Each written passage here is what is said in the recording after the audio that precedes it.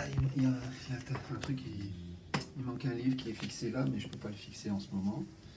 Là, tu vois, il y a des pochettes pour mettre des livres dedans. Là aussi, c'est des tableaux de bibliothèque. Voilà. Voilà.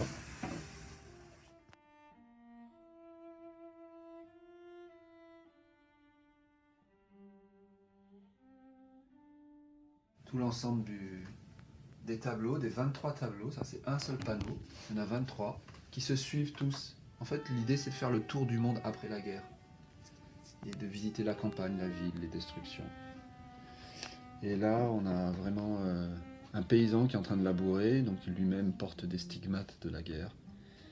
Ils essayent de reprendre leur vie après. Dans les Georgiques de Virgile, il parle de ça, des os que l'on retrouve dans la terre qui est labourée et qui témoignent des anciennes batailles. Donc on recultive la terre et on retrouve des restes d'épées rouillées, des mains. Voilà.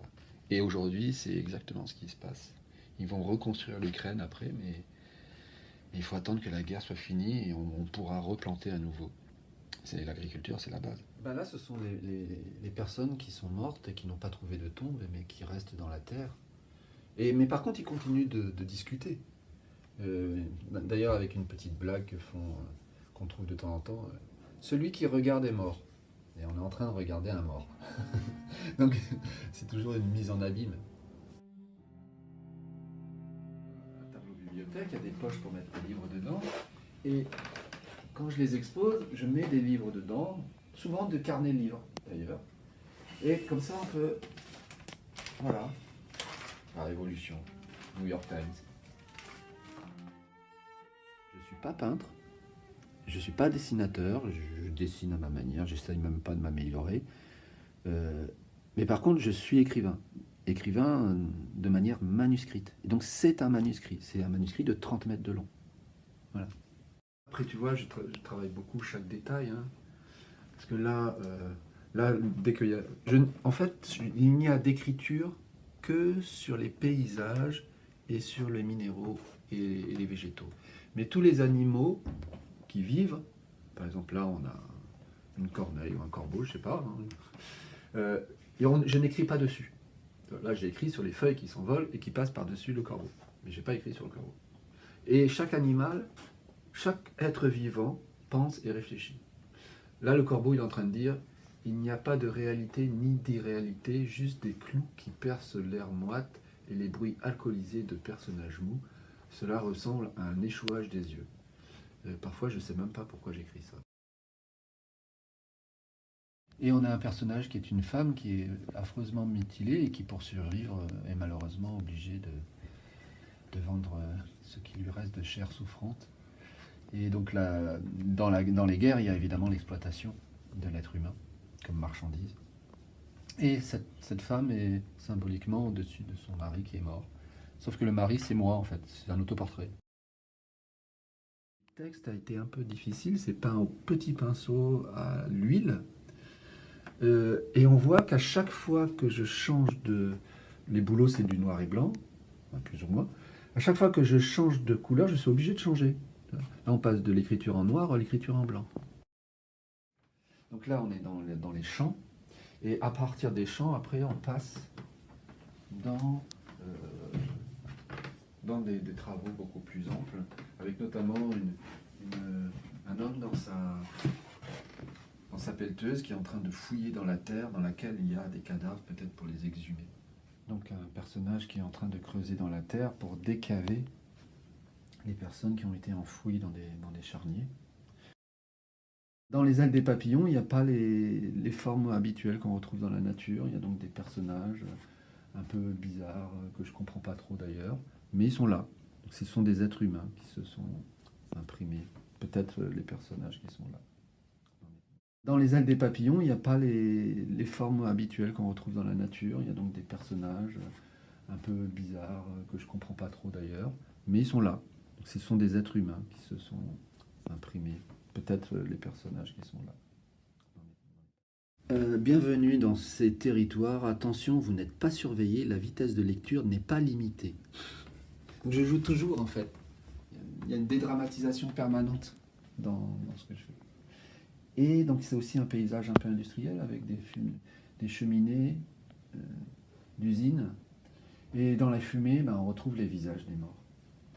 Voilà.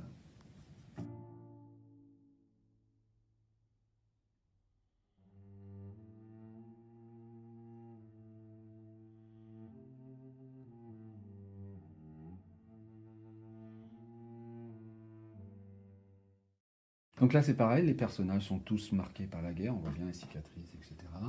Ils sont en train de reconstruire un immeuble qui a été détruit. Le texte au-dessus du paysage, lui il est en train de pousser une brouette remplie de terre. Dans cette brouette, il y a une colonie de fourmis. Et toutes les fourmis parlent. Donc là, on a une série de 23 tableaux dont le titre c'est Après les guerres. C'est décrire le monde qui essaie de survivre après avoir vécu des guerres. Donc c'est un travail de 2 ans de peinture, mais à plein temps, dans une chambre de 10 mètres carrés. À la peinture à l'huile, je fabriquais tous mes cadres, tous mes tableaux. Les tableaux font 2,10 m de haut et de largeur, c'est entre 1,30 m et 1,60 m. Ils ont tous été peints dans la continuité et c'est un tableau qui se suit. Et par-dessus la peinture des êtres et du paysage et des êtres vivants, j'ai écrit un roman qui se passe au XVIe siècle à Paris, qui n'a rien à voir en fait avec le texte, avec la peinture. Et le roman est en entier, mais il n'est pas publié. L'idée, c'est que par-dessus toute chose, on n'arrête pas de parler, de discourir. Et qu'en fait, le discours finit par recouvrir la réalité. C'est comme s'il y avait un murmure du monde qui faisait un voile sur le monde. Et donc, du coup, ça nous empêche de voir vraiment. Voilà.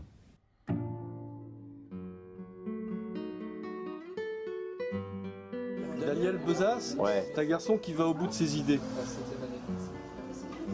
Il va au bout de ses idées, il va au bout de ses rêves. Il est fou et va le voir tant qu'il est fou.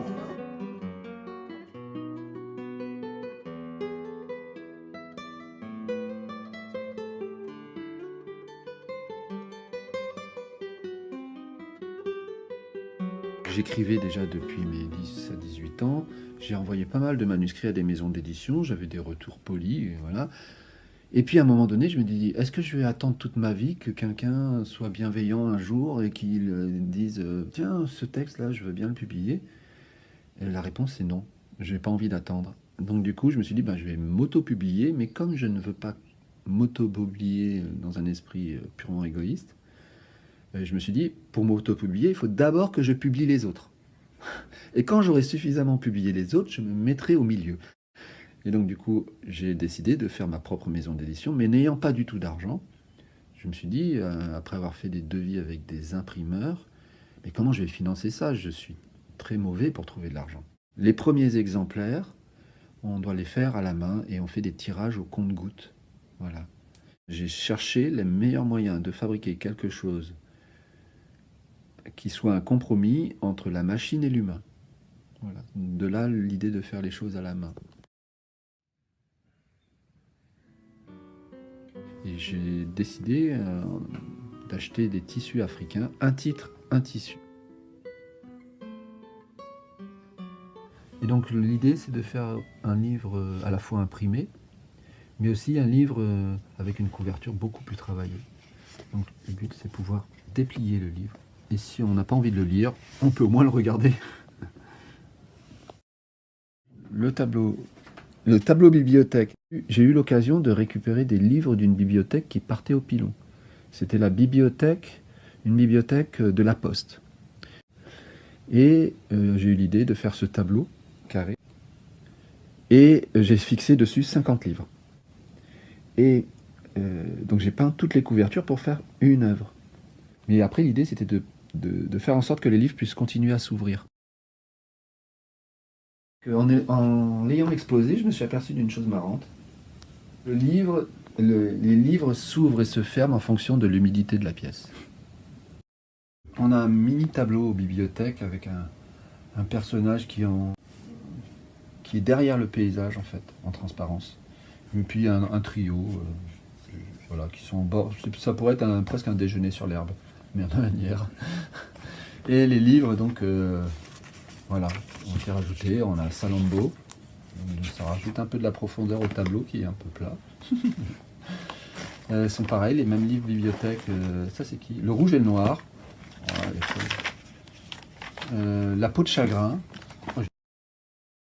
C'est un essai pour tester comment ça fonctionne, les livres, les tableaux livres. C'est une petite série que j'essaye de faire. Donc là, on a un personnage qui est en train de nager dans la mer. À l'intérieur, on a un livre sur les traces des animaux dans la nuit. C'est très beau comme livre, magnifique. Et un livre de Georges-Louis Borges. Là, j'ai écrit un poème dessus. Tu vois. Il pleure d'une fontaine un sentiment des mains. Elle a crié je t'aime d'un lendemain d'horloge. Il fait bon enlacer tes lèvres, hurle.